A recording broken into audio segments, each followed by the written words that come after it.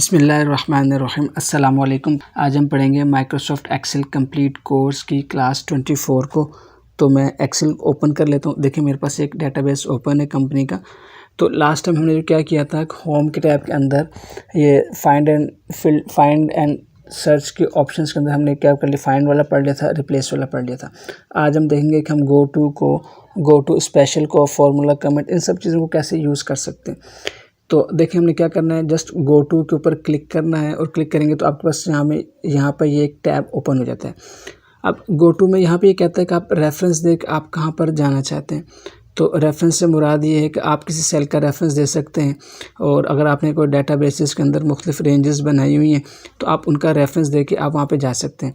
मिसाल के तौर पर जैसे फ़र्ज़ करें कि मैं यहाँ पे चाहता हूँ कि मैं कॉलम यहाँ पे जाऊँ, जैसे HR लिखा हुआ है, ये D कॉलम है और यहाँ से जो रो है इसकी, ये रो 11 है। तो मैं चाहता हूँ कि मैं D11 में जाना चाहता हूँ। मैं जस्ट यहाँ पे क्लिक करूँगा और थोड़ा सा जूम इन करके दिखाता हूँ। मैं जस्ट सिंपल यहाँ पे लिखूँगा D11 और जूम आउट कर रहा हूँ मैं, ओके करता हूँ सिंपल।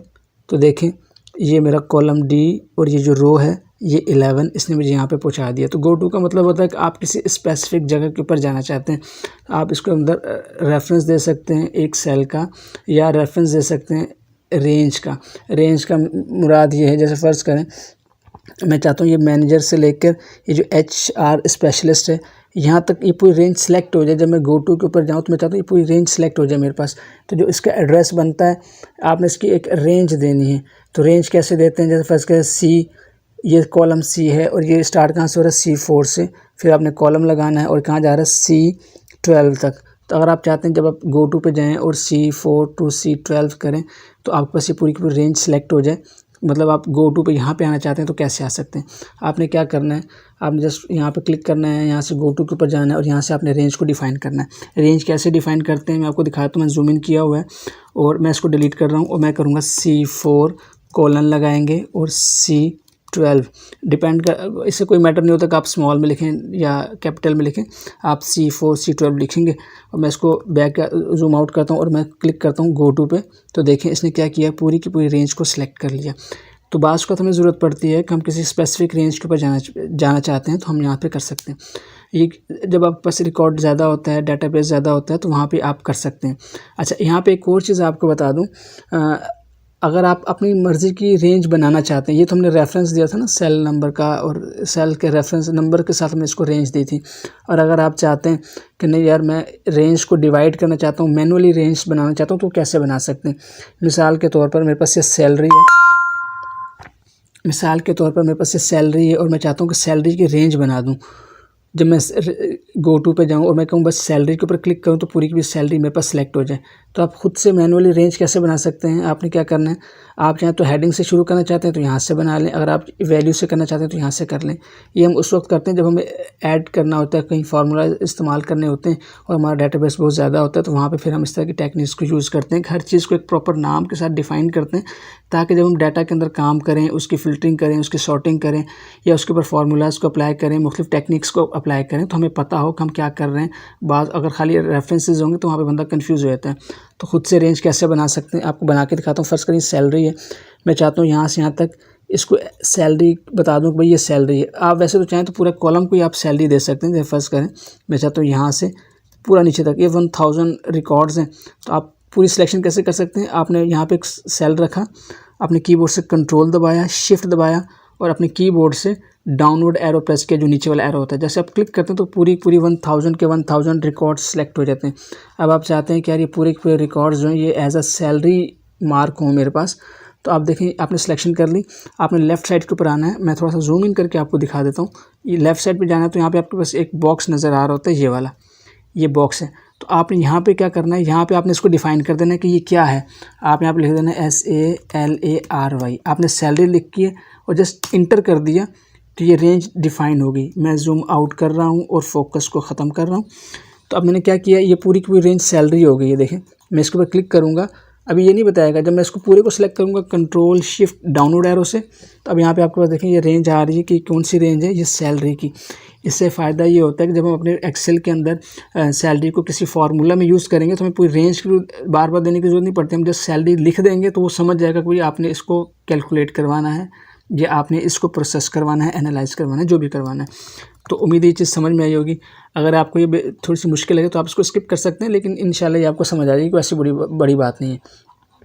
अब मैंने एक रेंज डिफाइन कर दी कि ये सैलरी है। अब मैं ये चाहता हूँ कि जब मैं गो टू के ऊपर जाऊँ तो मैं कहता हूँ मैं डायरेक्ट सैलरी के ऊपर जाना चाहता हूँ। मैं गो टू पे गया, गो टू के ऊपर क्लिक किया है, यहाँ पे मेरे पास गो टू का टैब खुल गया है और मैं इसको जूम इन कर लेता हूँ और यहाँ पे मैं लिख देता हूँ सैलरी। मैं कहता हूँ कि जब मैं सैलरी के ऊपर लिखूँ SALRY और मैं जब ओके करूँ तो मैं सैलरी की फील्ड को सिलेक्ट कर ले, ऑटोमेटिकली जूम आउट किया है। और अब देखिएगा आप क्या होता है, जब मैं सैलरी के ऊपर क्लिक करूँगा तो इस पूरे को सिलेक्ट कर लेगा। मैं किया ओके तो देखिए इसने पूरी की पूरी रेंज सेलेक्ट कर ली। तो इस तरह से आप गो टू के ज़रिए से आप गो टू को यूज़ करके आप जा सकते हैं मुख्तलिफ किसी भी लोकेशन के ऊपर। तो उम्मीद है इस चीज़ आपको समझ में आई होगी। अगर आप बिगनर हैं तो हो सकता है आपको ये चीज़ ऐसी लगेगा, ऐसी इंपॉर्टेंट नहीं है, लेकिन अगर आप जैसे जैसे एक्सेल के अंदर काम करेंगे और लार्ज डाटा के ऊपर काम करना शुरू करेंगे तो तब आपको इसकी अहमियत का अंदाज़ा होगा। अच्छा, आगे देख लेते हैं। गो टू में गया। अब गो टू के अंदर एक ऑप्शन होता है गो टू स्पेशल। आप यहाँ पे गो टू के ऊपर जाते हैं, यहाँ पे भी आपके पास एक टैब बना होता है, इसको कहते हैं गो टू स्पेशल। ये वाला देखें गो टू स्पेशल, अगर आप यहाँ पे क्लिक करते हैं तो तब भी आप क्या होगा कि आप गो टू स्पेशल के टैब में चले जाएंगे। तो मैं इसको फोकस ख़त्म करता हूँ, मैं कहता हूँ गो टू स्पेशल, तो आपके पास ये टैब ओपन हो जाता है। जूम इन कर लेते हैं। इसके अंदर मुख्तलिफ ऑप्शन हैं कि आप कमेंट पे जाना चाहते हैं, कॉन्स्टेंट पे जाना चाहते हैं, फार्मूलाज पे जाना चाहते हैं और ब्लैंक के ऊपर, ये सब चीज़ें आपके पास डिफाइन है, आप जिस पे जाना चाहें जा सकते हैं। मैं चाहता हूँ कि कमेंट के ऊपर जाऊँ। देखें मैंने यहाँ पे कमेंट लगाया हुआ है, आपको इसको क्लोज कर रहा हूँ, यहाँ पे दिखा रहा हूँ। देखें इस मैनेजर के ऊपर मैंने एक कमेंट लगाया हुआ है। कमेंट क्या लगाया हुआ है कि टेम्प्रेरी टिल न्यू अपॉइंटमेंट, कि जो मैनेजर है ये टेम्प्रेरी बनाया हुआ है जब तक कि कोई नया अपॉइंट नहीं होता इनकी जगह पे, मतलब एक इजाफी बंदा है जिसको एक एडिशनल चार्ज दिया हुआ है मैनेजर का। ये मैंने एक कमेंट लिख दिया। बाज़ का कंपनीज़ में ज़रूरत पड़ती है कि एक बंदा छोड़ के चला गया है, उसकी जगह पर टेम्प्रेरी किसी को कोई टास्क असाइन कर देते हैं कि आपने अपनी ड्यूटीज़ के साथ ये भी सेकेंडरी टास्क भी परफॉर्म करने। तो इस तरह से आप एक कमेंट लगा सकते हैं। तो आप मुख्तलिफ कमेंट्स लगा सकते हैं, यहाँ पे लगाएं, सैलरी पे लगाएं, किसी भी जगह पे कमेंट लगा सकते हैं। कमेंट कैसे लगाते हैं आपको तरीका बताता हूँ, वैसे हम इंशाल्लाह आगे डिटेल से पढ़ेंगे। लेकिन अगर आप कहीं कमेंट यूज़ करना चाहते हैं तो आपने जस्ट इसको सिलेक्ट करना है, सेल को सिलेक्ट करेंगे, आप रिव्यू पे जाएंगे और रिव्यू पे जाने के बाद यहाँ पे क्या ऑप्शन आता है कमेंट का। आप कमेंट के ऊपर क्लिक करेंगे तो आपके पास छोटा सा डायलॉग बॉक्स ओपन होता है। तो यहाँ पे आप लिख सकते हैं जो भी आप कमेंट लिखना चाहते हैं। तो फ़र्ज़ करें मैं लिख लेता हूँ, यहाँ पे आपको नाम आ रहा होगा क्योंकि मेरे कंप्यूटर का नाम मोहम्मद शहबाज रखा हुआ है तो PC का नाम आ रहा होगा। तो इससे ये पता चलता है कि किस बंदे ने इसके अंदर कमेंट लिखा है। बाज़ का ऐसा होता है कि एक कंप्यूटर के अंदर मल्टीपल लोग अकाउंट्स यूज़ करते हैं, मल्टीपल यूज़र नेम क्रिएट किए हुए होते हैं। तो जब नाम आ रहा होता है यूज़र नेम का तो उससे पता चलता है कि भाई किस यूज़र ने ये कमेंट अप्लाई किया है, मतलब एडमिनिस्ट्रेटर ने किया है या मैनेजर ने किया है या किसी बड़े अथॉरिटी ने किया है या किसी जो भी इसके अंदर कमेंट एडिट करेगा उसके यहाँ पर नाम आ रहा होगा। तो मैं यहाँ पर लिख देता हूँ कि ये भी लेता हूँ टेम्प्रेरी अपॉइंटमेंट में PP आई थिंक होता है, लिख दिया। तो ओह सॉरी ये लिख दिया। तो फिलहाल मैंने कमेंट एक डमी कमेंट लिख दिया। ये देखिए कमेंट जब कमेंट होता है तो उसके बाद एक छोटा सा यहाँ पे ट्रायंगल सा बन जाता है, एक सेल के ऊपर देखिए छोटा सा ट्रायंगल बन जाता है। इससे पता चलता है कि ये कमेंट है। तो जब आप इसके ऊपर माउस लेके जाते हैं जस्ट तो आपको ये कमेंट यहाँ पे दिखा देता है। देखिए ये कमेंट दिखा रहा है, ये कमेंट दिखा रहा है। तो अब क्या करते हैं कि हम होम में जाते हैं और यहाँ से फाइंड एंड रिप्लेस में जाके गो टू में जाते हैं या गो टू स्पेशल में जाते हैं तभी वो खुल जाएगा। अब मैं चाहता हूँ जहाँ पे कमेंट लगा है वहाँ पे ले जाओ। मैं कमेंट को सिलेक्ट करता हूँ और ओके करता हूँ। देखिए से पूरी शीट को सिलेक्ट कर लिया, ऐसे नहीं दोबारा जाते हैं। सॉरी मैं अच्छा अब मैं चाहता हूँ जहाँ पे कमेंट लगा है वहाँ पे चले जाए। तो आपने क्या करना है, जस्ट फाइंड एंड रिप्लेस में जाना है, गो टू स्पेशल में जाना है।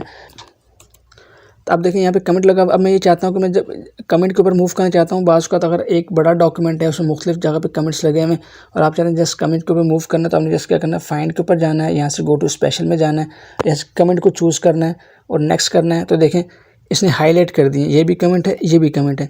तो इस तरह से आपके डॉक्यूमेंट में जितने कमेंट्स लगे होंगे वो सारे के सारे हाईलाइट हो जाएंगे। तो फिर आपको अंदाज़ा हो जाएगा हाँ भाई कौन सा सारे कमेंट्स नज़र आ जाएंगे एक ही दफ़ा में। फिर आप जिसको एडिट करना चाहते हैं, जिसको जाना चाहते हैं वहाँ पर आप जा सकते हैं और वहाँ पे जाने के बाद आप उसको एडिट कर सकते हैं।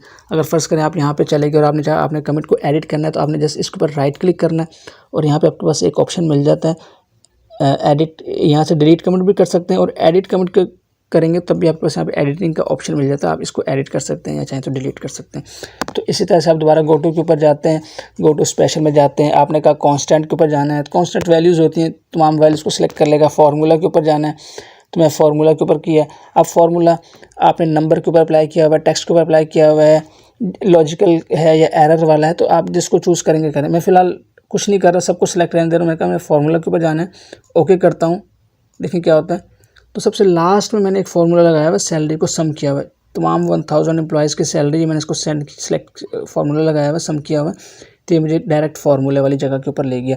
इस तरह से फिर आप गो टू स्पेशल में दोबारा जाते हैं तो मुख्तलिफ यहाँ पे ऑप्शंस हैं, आप उनको चूज़ करके जा सकते हैं। तो उम्मीद है आपको समझ आई कि आप कैसे इसको इस्तेमाल कर सकते हैं। इसमें बहुत से ऑप्शन ऐसे हैं जो कि हमने अभी पढ़े नहीं हैं, तो उसको आप छोड़ दें। नॉर्मल ऑप्शन मैंने आपको बता दिए कि आप कैसे उसके ऊपर मूव करा सकते हैं।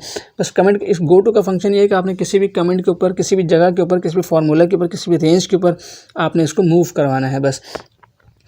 तो ये हमारा जो होम टैब है माइक्रोसॉफ्ट एक्सेल के अंदर, ये हमने पूरा का पूरा अल्हम्दुलिल्लाह पढ़ लिया। मैंने कोशिश की कि इसके तमाम ऑप्शंस को आपको इन डिटेल समझाऊं ताकि आप इसको प्रॉपर्ली इस्तेमाल कर सकें। तो आगे देखें, लास्ट एक ऐड इन का ऑप्शन है, इसको हम अभी यूज़ नहीं करेंगे, इसको हम आखिर में जाके ऐड यूज़ करेंगे कि आप इनके ज़रिए से आप प्लगइन्स को ऐड कर सकते हैं और आप ख़ुद से अपने प्लगइन्स भी बना सकते हैं। इंशाल्लाह हम आगे देखेंगे। तो ये हमारा होम टैब कंप्लीट हो गया। इंशाल्लाह हम नेक्स्ट क्लास में इंसर्ट के टैब को ओपन करेंगे और यहाँ से हम पिवट टेबल को पढ़ेंगे, जो कि बहुत ही ज़्यादा इंपॉर्टेंट होता है कंपनीज़ के अंदर काम करने वालों के लिए। तो उम्मीद है ये वीडियो आपको पसंद आई होगी, आपने इसके अंदर बहुत कुछ सीखा होगा। इंशाल्लाह नेक्स्ट क्लास में आपसे मुलाकात होती है, तब तक के लिए इजाज़त दें। अस्सलामु अलैकुम व रहमतुल्लाहि व बरकातुहू।